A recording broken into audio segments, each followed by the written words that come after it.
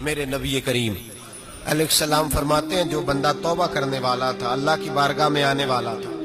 بار بار توبہ کرتا تھا، احساس رہتا تھا، اسے احساس تھا، آیا کرتا تھا، پھر بھی غلطیاں ہو گئی، قیامت کے دن رب کریم اپنے فضل کی چادر اس پہ ڈالے گا، فضل کی چادر ڈالے گا، اور رب کریم اس سے پوچھے گا یہ گناہ کیا تھا؟ اور نبی پاک فرماتے ہیں اس نے بڑے بھی گناہ کیے، اللہ چھوٹے چھوٹے گناہوں کے بارے میں پوچھے گا، یہ غلطی کی تھی، یہ گناہ، بندہ ڈر رہا ہے، وہ کہہ رہا ہے پتہ نہیں سزا کیا ملے گی، کیونکہ دنیا میں بھی ڈرتا رہا، یہاں بھی ڈر رہا ہے، شرط یہ ہے کہ احساس والا ہو،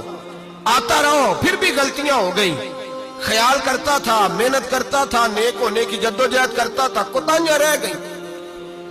یہ گناہ کیا تھا یا اللہ بھول گیا تھا، یہ گناہ کیا اللہ مجھ سے غلطی ہو گئی، یہاں بھی کیا تھا یا اللہ غلطی ہو گئی،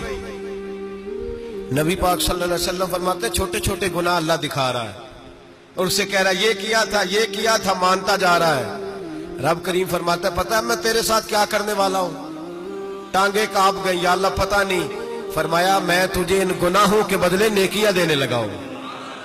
ان گناہوں کے بدلے نیکیاں، نبی پاک فرماتے ہیں فٹافٹ ہی بول پڑا، کہنے لگا یا اللہ میں نے تو بڑے بڑے گناہ بھی کیے،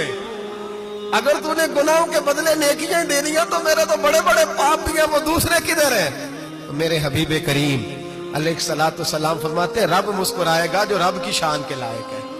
اللہ فرمائے گا تیرے دل میں احساس تھا، تو آیا کرتا تھا، تو توبہ کرتا تھا، تو میری بارگاہ ناز میں آتا تھا، پتہ تیرے اوپر چادر کیوں ڈالی ہے؟ یا اللہ نہیں، فرمایا میں تجھے اپنی رحمت کی چادر میں چھپا کے جنت میں داخل کرنا چاہتا ہوں۔